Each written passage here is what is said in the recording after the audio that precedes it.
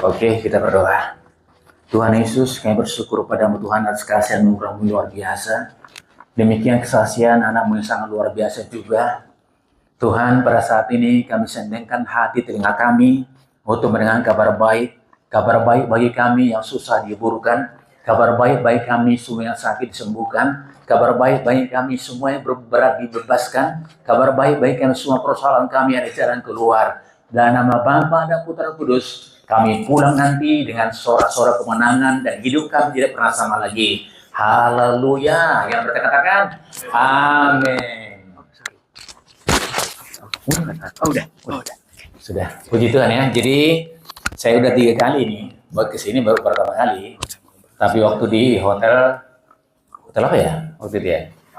Hotel Amaris dan juga di Ruko dan di sini pertama kali. DPW sudah pernah di sini di tempat ini. Puji Tuhan ya. Jadi saya perkenalkan diri lagi lah atau yang belum kenal. Nama saya adalah David Saidi Silayan. Ini anak saya Jeremy Abraham, anak paling kecil. Baru semester 2 ya, baru semester 2 di UPN Pondok Lambu. Nah, jadi saya punya anak 3, istri itu 1 lah.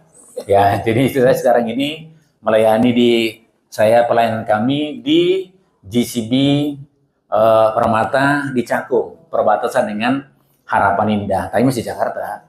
Cakung dekat Pulau Gadung. Ya, puji Tuhan. Jadi tadi kami dimulai jam 9. Nah, kami masih 1 ruko. Ini udah luar biasa nih. Udah luar biasa, bisa kapasitas katanya 3 sampai 300 ya. Luar biasa. Puji Tuhan, semua pun karena anugerah Tuhan. Nah, baik, kita akan buka firman Tuhan dari Mazmur pasal 56. Ya, ayat 1-14, temanya lah iman yang melawan rasa takut. Mazmur pasal 56, ayat 1-14. Untuk menghormati firman Tuhan ini, saya undang kita bagi berdiri. Bagi berdiri saya bacakan ayat ganti, saudara jemaat Tuhan membacakan ayat genap, dan ayat terakhir kita baca bersama-sama. Kepercayaan kepada Allah dalam kesusahan. Untuk pemimpin biduan menurut lagu merpati di pohon-pohon terbantin yang jauh. Miktam dari Daud ketika orang Filistin menangkap dia di Gad.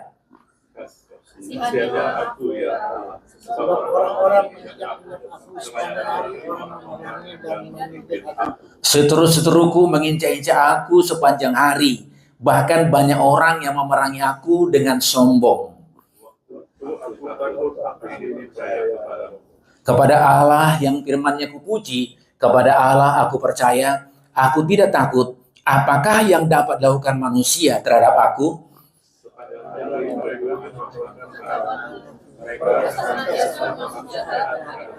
Mereka mau menyerbu, mereka mengintip, mengamati langkahku, seperti orang-orang yang ingin mencabut nyawaku.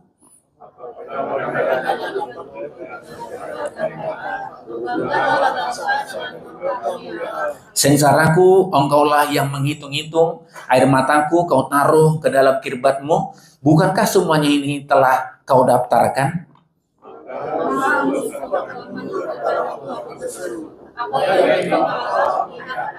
Kepada Allah firman-Nya kupuji, kepada Tuhan firman-Nya kupuji.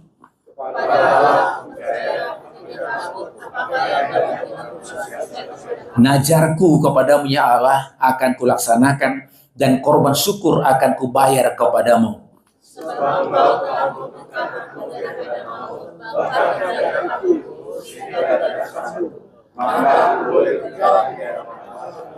Silakan duduk Bapak Saudara yang berbahagia. Allah orang mendengarkan firman dan merawatinya sehingga menjadi pelaku firman Tuhan. Nah, temanya kembali tadi, iman melawan rasa takut.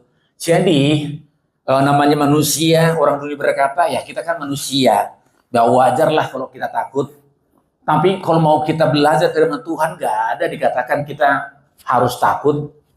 Mengapa kita takut? Hanya 1 kali Tuhan di Alkitab berkata, hendaklah kita takut, hendaklah kita waspada. Untuk apa?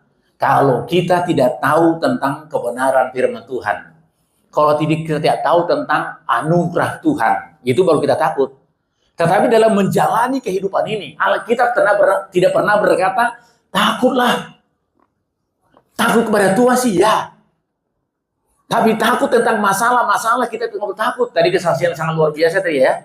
Sangat luar biasa. Masalah sih pasti ada. Tantangan sih pasti ada. Selagi kita masih bernapas, yang namanya masalah bagian kehidupan kita. Apapun posisi kita. Nah sekarang ini kan Indonesia lagi bukan baik-baik saja. Bahkan kemarin saya menasihati jemaat, kamu ikut demo ya? Saya lihat kamu kayak ada foto kamu itu, dia mahasiswa. Iya, Pastor. Waduh, dengar dia kita dikatakan demo. Apalagi kamu kan tim PW. Seperti tadi malam dia mereka latihan main pembahas kita. Mahasiswa semester 4 di UNJ dekat Rawamangun. Gak usah. Sekarang lagi jangan ya. Gak usah. Terus siapa lagi yang ikut demo? Sianu. Nah, nanti saya akan kumpulkan. Nggak ada istilah demo. Anak Tuhan nggak ada demo. Tidak baik-baik saja. Tetapi bagi kita orang percaya, meskipun ada persoalan, meskipun ada tantangan, tetapi pemeliharaan Tuhan, tetapi kuasa Tuhan bagus bagi kita, tidak pernah berkurang bagi kita. Nah ini kembali kepada yaitu pembacaan firman Tuhan adalah bahwa coba ya ini adalah kisah nyata yang dalami siapa? Yaitu Daud sebelum dia menjadi raja resmi ya. Sudah diurapi sih sudah. Ini Daud ini. Ya, ini Daud. Ini adalah kisah nyata. Ketika apa dia kisah nyata ini? Ketika yaitu mertuanya kandung. Siapa mertuanya? Saul, Raja Saul. Mertuanya kandung hendak mengejar dia untuk apa? Membunuh dia. Ini dikisahkan. Coba, mertua kandung hendak membunuh dia.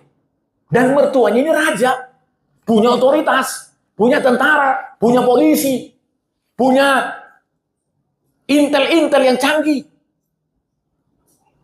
Gampang bagi dia menangkap Daud. Dan akhirnya Daud pergi mengasingkan diri. Kemana dia mengasingkan diri? Bukan lagi di wilayah Israel.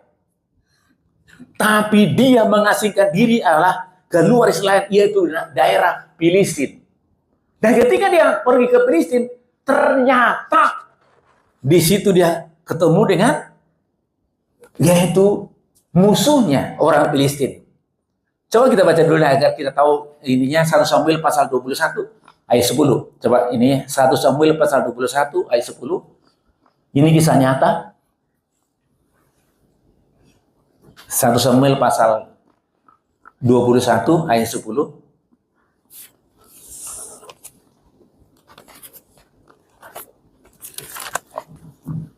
Bahwa ini dituliskan untuk boleh kita belajar. Ya. Ya, mulai ayat 10 kita baca bersama-sama 2-3 ya. Kemudian bersiaplah Daud dan larilah ia pada hari itu juga dari Saul. Sampailah ia kepada Akis, raja kota Gad. Pegawai Akis berkata kepada tuannya, bukankah ini Daud raja negeri ini? Raja itu, bukankah tentang dia orang-orang menyanyi balas-balasan sambil menari-nari demikian? Saul mengalahkan beribu-ribu musuh, tapi Daud berlaksa-laksa. Ayat 12, Daud memperhatikan perkataan itu dan dia menjadi takut sekali kepada Akis, raja kota Gad itu.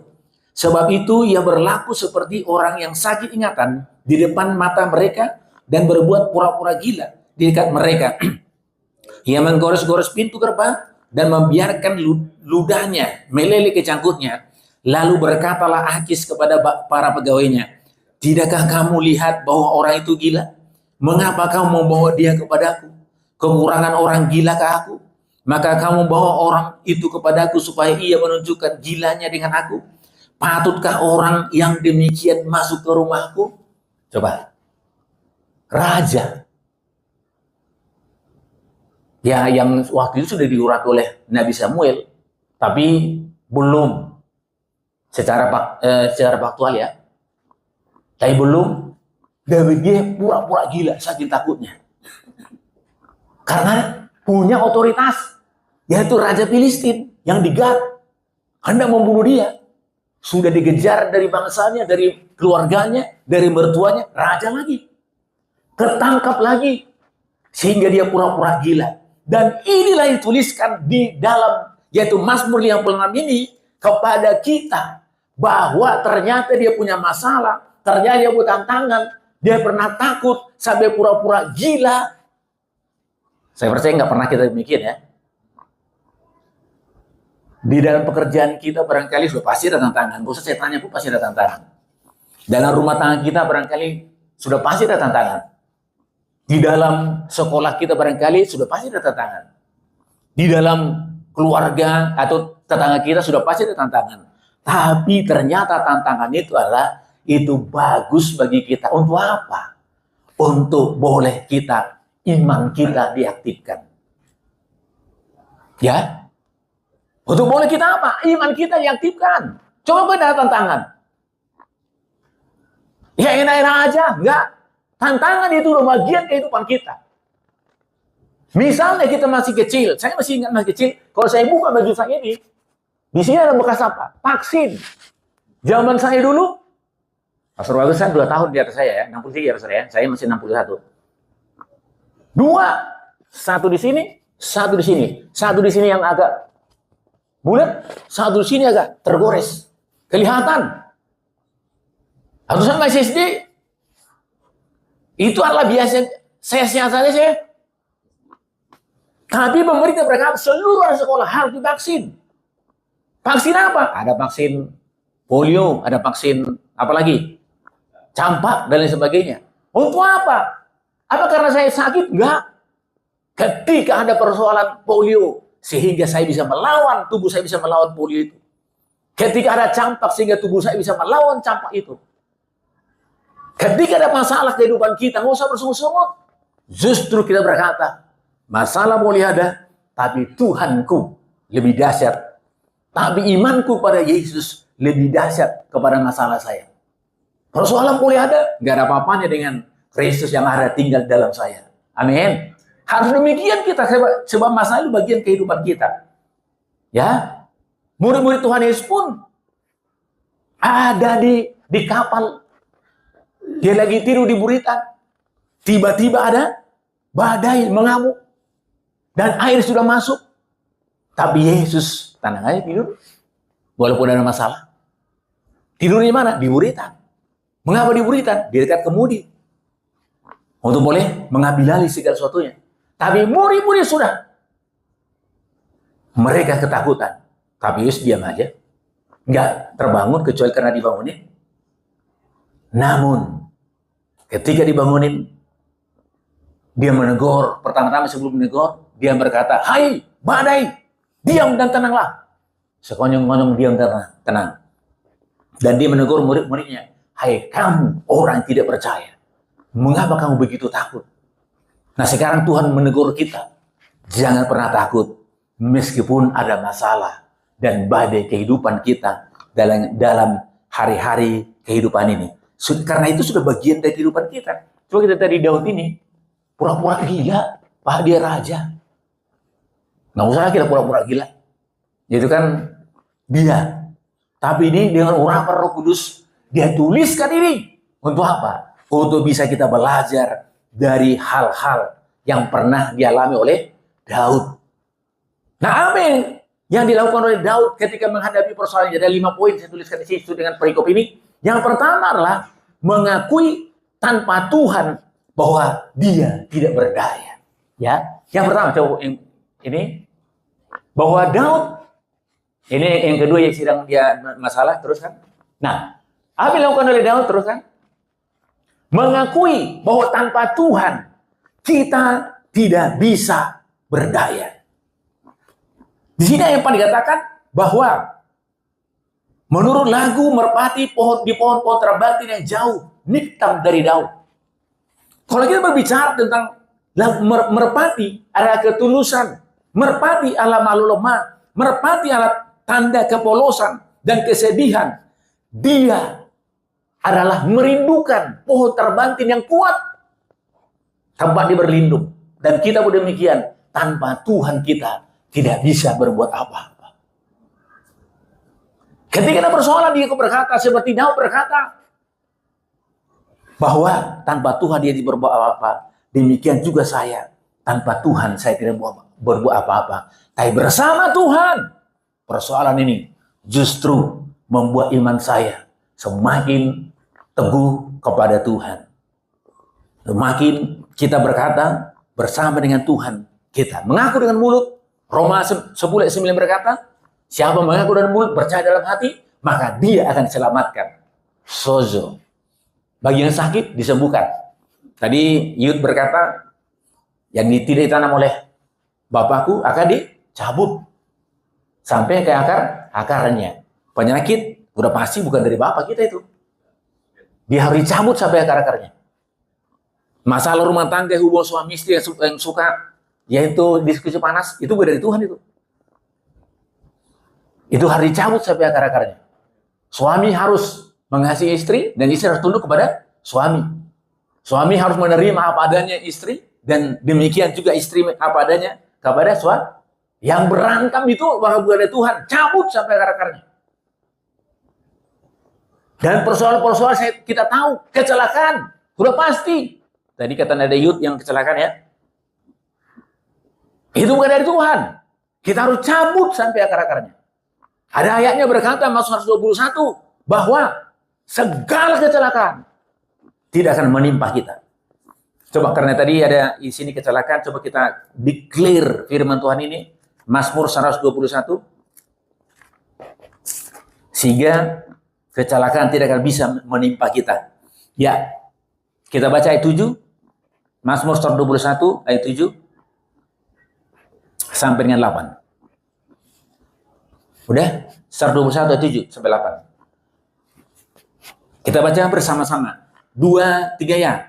Tuhan akan menjaga engkau terhadap segala kecelakaan. Ia akan menjaga nyawamu.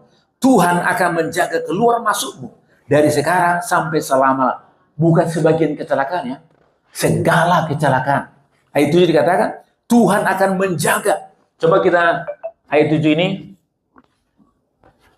Jadi engkau itu menjadi saya. Dengan mantap, dengan iman. 2, 3 ya. Tuhan akan menjaga saya terhadap segala kecelakaan. Ia akan menjaga nyawa saya. Nah, ayat 8. Tuhan akan menjaga keluar masuk saya. Dan sekarang sampai selama-lamanya.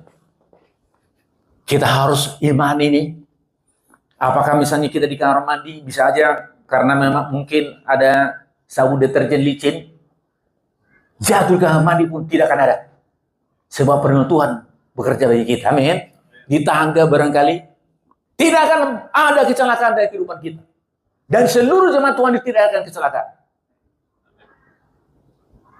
Di gereja kami, bahwa dalam 1 bulan, Siano tabrakan. Mobilnya ringsek. Terus minggu depannya, tabrakan. Terus sudah dibawa ke rumah sakit. Terus 2 tabrakan, terus ada motor lagi. Waduh, 3 nih tabrakan ini. 1 di Cibarusa, Cikarang Selatan, 1-nya lagi di Bekasi, 1-nya lagi di tempat lain. Dan akhirnya saya berkata, kita harus declare, tidak ada kecelakaan. Sebelum bilang di hadapan Tuhan, tidak ada kecelakaan. Tidak ada kecelakaan, tidak ada kecelakaan. Sejak saat itu, tidak ada kecelakaan. Karena apa? Karena kita declare sesuai dengan iman kita. Tidak ada kecelakaan dalam kehidupan kita. Ya, sebab itu bukan dari Bapa. Kita harus cabut sampai akar-akarnya. Dan kehidupan kita, persoalan-persoalan tidak perlu menjamah kita. Jadi yang pertama adalah mengakui tanpa Tuhan kita tidak bisa berbuat apa-apa. Meskipun barangkali tiap hari kita melewat jalan itu, apakah naik motor, apakah naik mobil, apakah jalan kaki, atau kendaraan apapun, sudah hafal mati. Tapi kita berkata, Tuhan, tanpa Engkau saya tidak bisa berbuat apa-apa. Gak ada jaminan bagi saya. Baik rumah tangga saya, dan pekerjaan saya, dalam semuanya. Seperti yaitu Daud ini berkata. Sampai ayat 2, kasihilah aku ya Allah, sebab orang-orang menginjak aku, dan sebagainya. Itu saya simpulkan adalah mengakui tanpa Tuhan tidak bisa berdaya.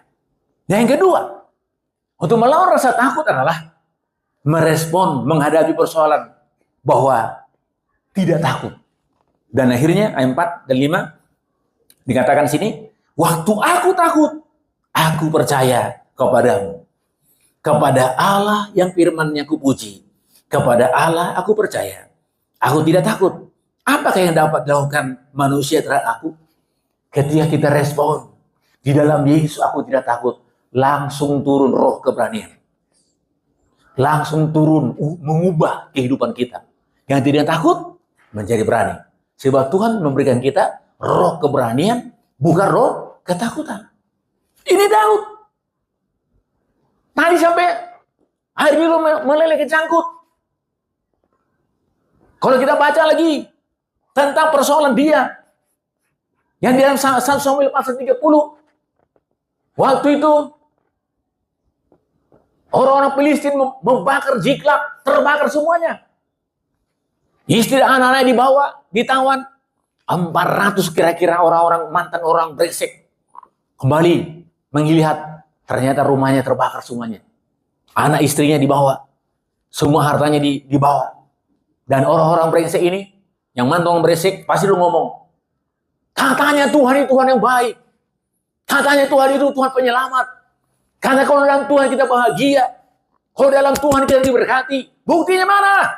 Tidak pasti orang brengsek, barangkali ada di situ pembunuh, ada perampok, mantan orang brengsek. Mana buktinya? Istriku yang sangat tercinta sudah nggak ada lagi. Anakku sudah nggak ada lagi. Dan kita berkata, hendak melempari Daud kejepit. Sampai mereka menangis, tidak kuat lagi. Teriak, histeris. Apakah Daud? Apakah dia berkata, mengapa engkau Tuhan mempermalukan saya? Enggak ngomong gitu. Mengapa persoalan terlalu berat Tuhan? Enggak ngomong gitu dia. Tapi apa yang dia katakan? Bahwa dia menguatkan kepercayaannya. Coba kita baca ini, penting ini. 1 Samuel pasal 30. Ya, 1 Samuel pasal 30 mulai yang 1.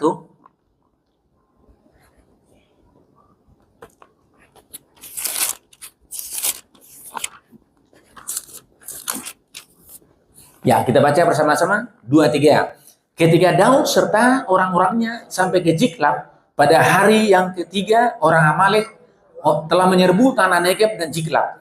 Ziklag telah dan dibakar habis. Ayat 2. Perempuan-perempuan dan semua orang yang ada di sana, tua dan muda, telah ditawan mereka dengan tidak membunuh seorang pun. Mereka menggiring sekaliannya, kemudian meneruskan perjalanannya. Ayat 3. Ketika Daud dan orang-orangnya sampai kota itu, tampaklah kota itu terbakar habis, dan istri mereka serta anak mereka yang laki-laki dan perempuan. Ayat 4, lalu menangislah Daud dan rakyat bersama-sama dengan dia itu dengan nyaring sampai mereka tidak kuat lagi menangis. Ayat 5, juga kedua istri Daud ditawan, yakni Ahinoam, perempuan Yezreel, dan Abigail, bekas istri Nabal yang Karmel itu. Dan Daud sangat terjepit karena rakyat mengatakan hendak melempari dia dengan batu. Seluruh rakyat itu telah pedih hatinya, masing-masing karena anaknya laki-laki dan perempuan. Tetapi Daud menguatkan kepercayaannya kepada Tuhan Allahnya. Bagaimana dengan kita? Saya percaya respon kita udah pasti Tuhan ada di pihak kita. Ini perjalanan lama Tuhan ada di dalam kita kok. Nggak jauh-jauh. Dia sangat peduli kepada kita. Tapi ketika ada masalah, kalau Daud sadar perjalanan lama, dia tidak menyalahkan Tuhan. Dia tidak, misalnya hal-hal yang lain, tapi justru dia menguatkan iman kepercayaannya. Tapi justru berkata, pertolonganku ialah dari Tuhan yang menciptakan langit, bumi dan segala isinya. Di tengah-tengah tiga persoalan iman yang melawan rasa takut. Adakah pengetahuan kita? Ya, ilmu pengetahuan tidak bertentangan dengan iman kita. Justru iman lebih tinggi daripada ilmu pengetahuan. Ilmu pengetahuan boleh aja berkata penyakitmu yang nggak seumur hidup itu. Bisa aja dokter berkata, nggak ada obat. Tapi iman kita berkata, lewat kebenaran, oleh bilur-bilurnya, kita telah sembuh. Amin. Jadi, pengeluh tahu berkata, butuh 10 tahun agar aku pulih. Tapi iman kita berkata, dalam tahun ini, aku pulih. Amin. Jadi, iman tidak bertentangan dengan ilmu pengetahuan. Iman lebih tinggi dari ilmu pengetahuan. Nah, jadi kita harus, yang pertama tadi, mengakui tanpa Tuhan. Yang kedua, merespon dengan kita berkata, di dalam Tuhan aku tidak takut. Di dalam Tuhan aku terima persoalan ini. Dan kemenangannya sudah menjadi milik saya. Maka merubah paradigma kita. Dan akhirnya kemenangannya diberikan kepada saya dan saudara. Yang ketiga, apa cara Daud untuk menghadapi persoalan itu? Ayat 6 dan 8 kembali kepada Mazmur 56 tadi. Dikatakan 6 ini, sepanjang hari mereka mengacaukan perkaraku. Mereka senantiasa bermaksud jahat terhadap aku. Ayat 7, mereka mau menyerbu, mereka mengintip, mengamati langkahku. Seperti orang-orang yang ingin menjauh nyawaku. Jadi ketiga, ceritakan, curhatlah kepada Tuhan. Daripada curhat kepada teman, belum tentu dia menerima. Panjang amat. Ada urusanku ini, persingkat. Bisa aja ngomong gitu. Tapi kepada Tuhan nggak dikatakan, persingkat. Nggak ada. Mau 1 jam, mau 2 jam boleh kita curhat kepada Tuhan. Ya, kepada sahabat bisa aja ember mulutnya. Hal yang rahasia, jangan ceritakan ya. Diceritain juga. Tapi nggak semua. Di sini nggak ada ya. Kalau dalam misalnya jangan ceritakan, ya nggak usah ceritakan. Ceritakan, curhatlah kepada Tuhan. Ada lagu lama berkata demikian. Saya percaya dikatakan demikian. Saat mata dipejamkan, saat kita tekun dalam doa, kita berbicara dan mengadu padanya tentang hidup, tentang segalanya. Ceritakanlah tentang beban hidupmu di dalam doa, serahkanlah hidupmu. Doa adalah jembatan bagi kita untuk bersatu dengan Yesus Tuhan. Lagu lama nih, tapi kalau saya ngelamanya barangkali nggak hafal gitu ya. Lagu lama. Iya, ceritakan kepada Tuhan persoalan kita. Ceritakan kepada Tuhan tantangan kita. Ceritakan kepada Tuhan barangkali tentang rumah tangga kita, tentang pekerjaan kita, tentang kerinduan kita, tentang kebutuhan kita. Ceritakan. Maka dia, Tuhan, akan menerima segala sesuatunya. Enak curhat kepada Tuhan. Dan yang keempat, poin yang keempat, sesudah kita menceritakan kepada Tuhan, maka poin yang keempat adalah percaya Tuhan, simpati, peduli akan penderitaan kita. Coba kita baca ayat 9 dari perikop tadi, Mazmur 56 ayat 9. Ya, saya baca ya. Sengsaraku engkaulah yang menghitung-hitung, air mataku kau taruh ke dalam kiribatmu. Bukankah semuanya telah kau daftarkan? Nah, kalau kita curhat kepada teman, belum tentu ada pertolongan. Aku pun mengalami, kawan. Sama-sama kita punya persoalan. Ya, kalau yang demikian mau bilang apa? Tapi Tuhan nggak pernah Tuhan berkata, ideal itu diri lo. Nggak ada itu. Teman bisa, ideal itu diri lo. Tapi Tuhan berkata, ketika kita misalnya menceritakan persoalan kita, dari tabung air mata kita. Artinya apa? Segala persoalan kita diberikan jalan keluar. Bagi kita yang sakit, Tuhan beri kesembuhan ilahi. Amin. Bagi kita yang susah, Tuhan berikan kita penghiburan. Bagi kita yang lemah, Tuhan berikan kekuatan. Bagi kita yang punya persoalan-persoalan berat, Tuhan berikan jalan keluar dari kehidupan kita. Itu sangat luar biasa Tuhan yang kita sembah. Itu sebabnya jangan segan-segan curhat kepada Dia. Ketika kita curhat, Dia akan memberikan jalan keluar dalam kehidupan. Bukan besoknya, bukan minggu depannya. Yang galau, Tuhan berikan sukacitanya, damai sejahteranya. Tuhan berikan. Dari tampung. Mau misalnya kita sambil mencurah air mata, gak apa-apa. Tuhan gak mau cengeng apa lo? Baper apa lo? Gak mungkin. Dia akan menampung air mata kita. Anakku, mari datang kepadaku, hai kamu lihat di sebuah berat. Aku memberikan kelegaan kepadamu.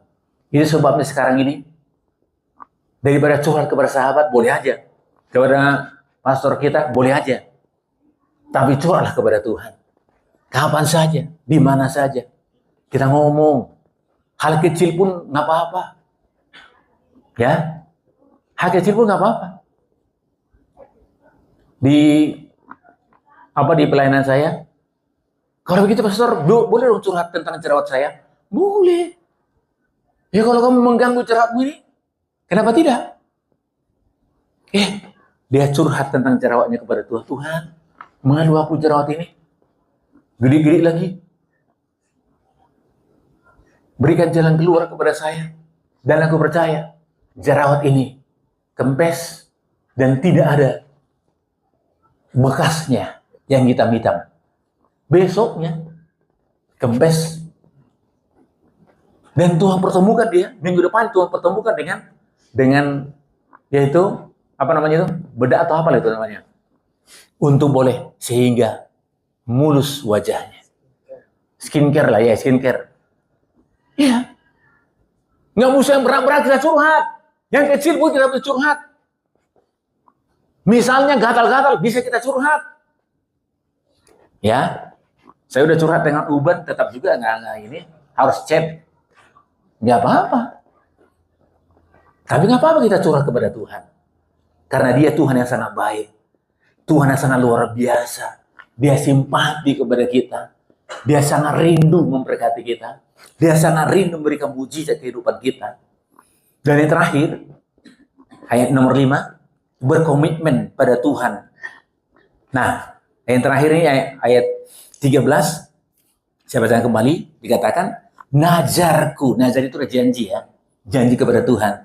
Najarku, yaitu saya buat komitmen, kepadamu, ya Allah, akan kulaksanakan, dan korban syukur akan kubayar kepadamu. Najar saya kepada Tuhan setelah saya lahir baru. Saya bernajar di hadapanmu Tuhan. Seumur hidupku tidak akan pernah absen ibadah minggu kepadamu Tuhan. Dan itu bukan kuat gagah saya. Tapi karena Engkaulah memberi kekuatan kepada saya.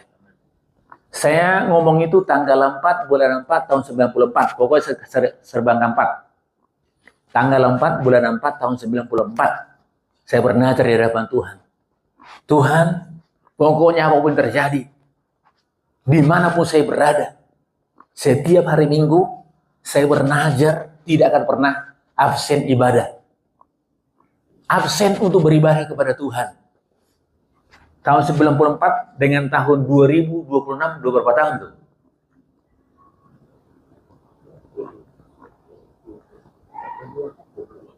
Sudah ya, 32 tahun? 32 tahun, beberapa minggu itu. Oleh anugerah Tuhan, udah 30 tahun ya, oleh anugerah Tuhan, kan sekarang udah bulan 6 kan? 32 tahun dong. Tidak pernah saya absen beribadah. Saya satu tahun, waktu itu naik pesawat ke Medan, mahal. Saya naik kapal laut pas hari Minggu. Kapal laut itu dulu KM Sinabung. Ternyata di situ ada ibadah Minggu. Saya belum masih pelayan biasa aja, masih simpatisan. Jadi katakan bahwa siapa yang Kristen di sini jam 9 boleh ibadah di ruang makan kelas 1. Katanya. Terus saya ngomong, siapa yang menjadi pelayan Tuhan di sini atau hamba Tuhan? Silakan mendaftar ke resepsionis. Saya buru-buru langsung ke sana. Soalnya saya nggak pernah bawa firman. Saya bilang, kalau nggak ada yang bawa firman Tuhan ya, saya siap mendaftar. Tapi kalau ada nanti, saya bukan pendeta. Tapi saya siap mau bawa firman Tuhan. Tolong dicatat ya. Dicatat. Dan terus masuklah ibadah. Saya kata resepsionis, ada yang daftar nggak? Nggak ada, cuma Bapak yang daftar. Nggak apa-apalah. Pertama sekali saya bawa firman Tuhan, jumlahnya berapa? Kira-kira 400 orang. Yang ya orang Medan kan banyak yang Kristen. 400 orang yang di ruang makan kelas 1 itu. Gemetaran saya. Tuhan, kenapa saya ini? Apa yang mau saya cobakan ya? Dan yang saya buat di situ adalah jangan takut di tengah laut. Walaupun ada gelombang-gelombang dan lain sebagainya, Tuhan beserta dengan kita. Ada ancaman lagi dulu waktu itu. Kalau kita tidak dekat sama Tuhan, bahaya. Dan lain sebagainya. Ya. Oleh karena saya belajar di hadapan Tuhan, oleh anugerah Tuhan pada saat ini, saya sudah 32 tahun. Lahir baru. Saya tidak pernah absen. Apakah karena kekuatan? Enggak. Karena Tuhan. Karena Tuhan. Apakah saya tidak pernah berantem dengan suami istri? Berantem. Tapi walaupun berantem, tetap beribadah. Saya udah ngomong kepada istri, kalaupun kita diskusi panas ya, yang namanya beribadah ya, sudah diusahakan jangan sampai diskusi panas hari Sabtu, tetap juga pernah ada diskusi panas hari Sabtu. Besoknya hari Minggu. Tapi saya juga berkata, diskusi panas, stop. Kita udah pernah bernazar bahwa hari Minggu kita harus ibadah. Duluan kamu, nggak boleh duluan, harus sama. Nanti saya ibadah sore, enggak, harus sama. Apa kata orang nanti? Suami istri nggak sama beribadah? Oleh anugerah Tuhan. Enggak. Jadi yang kelima lah, berkomitmen di dalam Yesus Kristus bahwa sepanjang hidup ini, apapun yang terjadi, terus bersekutu kepada Tuhan. Amin. Tetap percaya, sekali percaya, tetap percaya. Sekali melayani, tetap melayani. Ya pokoknya kita berkomitmen di hadapan Tuhan. Seperti Daud ini. Kita lihat Daud sampai dia di akhir hidupnya. Dia berkomitmen menazarnya di hadapan Tuhan. Janjinya di hadapan Tuhan. Dan saya ingat itu janji saya. Pernahkah saya sakit? Pernah. Sakit saya yang paling, saya pernah dulu sakit apa? Sakit, apa namanya itu yang merah-merah itu? Kayak campak ya, campak. Wajah saya penuh campak. Sampai kepala saya campak. Tangan saya campak. Waduh, bagaimana cara saya? Saya berpikir demikian di hadapan Tuhan. Akhirnya saya ada ibadah sore. Ibadah sore berapa? Jam 5. Saya pakai jaket yang menutupi wajah saya. Dulu itu masker nggak ada. Akhirnya pakai sapu tangan segini. Saya paling ujung kalau ibadah jam 5 sore kan nggak terlalu banyak orang. Pagi dan siang ya lumayan lah. Saya di sana. Yang biasanya kan melayani. Dikatakan, Pak David, ngapain di ujung? Melayani. Saya lagi penyakit menular. Campak. Jangan dekat-dekat ya, biar saya di sana. Lagi kedinginan. AC-nya pas di situ. Saya kedinginan. Tapi karena saya sudah najar, apapun yang terjadi, kalau keadaan baik-baik saja sih bisa kita beribadah, semua pun bisa. Tapi kalau keadaan sehat, dan sakit, ayo. Tetap kita beribadah. Jangan saya berdoa, tidak pernah kita mengalami sakit penyakit. Sakit parah ya. Ya sakit flu sih ya nggak apa-apa lah. Ya. Tapi kalaupun Tuhan perkenankan sakit, bernajarlah, percayalah. Justru karena kita bersungguh-sungguh beribadah kepada Tuhan, yang sakit sembuh. Amin. Yang sakit sembuh. Pulang-pulang saya didoakan oleh gembala sidang. Dan akhirnya saya langsung kering. Yaitu campak itu. Sembuh oleh bilur-bilur Tuhan Yesus. Kepada tema ini, iman yang melawan rasa takut. Ini kisah nyata yang dialami oleh Raja Daud ketika dia adalah mertuanya. Raja Saul hendak membunuh dia. Dia melarikan diri di Gad dan ketemu dengan Akis dan hendak membunuh dia. Dan dia pura-pura gila, sangat ketakutan. Dan dia menuliskan ini dan dia mengakui di hadapan Tuhan. Tanpa Tuhan saya tidak bisa berbuat apa-apa. Dan akhirnya Tuhan tolong. Raja Akis tidak berkata tidak apa-apa, itu dibiarkan aja. Dan kedua, ketika dia merasa takut, dia merespon, aku tidak takut. Dan akhirnya tidak takut. Dan ketiga, dia cerita, dia curhat kepada Tuhan segala persoalan itu, dan dia sampaikan lewat Mazmur ini. Dan ketika curhat kepada Tuhan, dia simpati, dan Tuhan berikan jalan keluar, dan akhirnya menjadi raja. Dia berkomitmen di hadapan Tuhan, dan akhirnya pun dia. Jadi kita punya pengalaman-pengalaman. Pengalaman-pengalaman indah di hadapan Tuhan. Sehingga ceritakan pengalaman-pengalaman kita. Ceritakan tantangan-tantangan kita. Sehingga Puji berkata, bila ku renungkan kasih setiamu, sungguhlah engkau penolongku, dan dalam naungan kepak sayapmu. Ya kan? Dan terus kita ceritakan. Kasih setiamu lebih daripada hidup.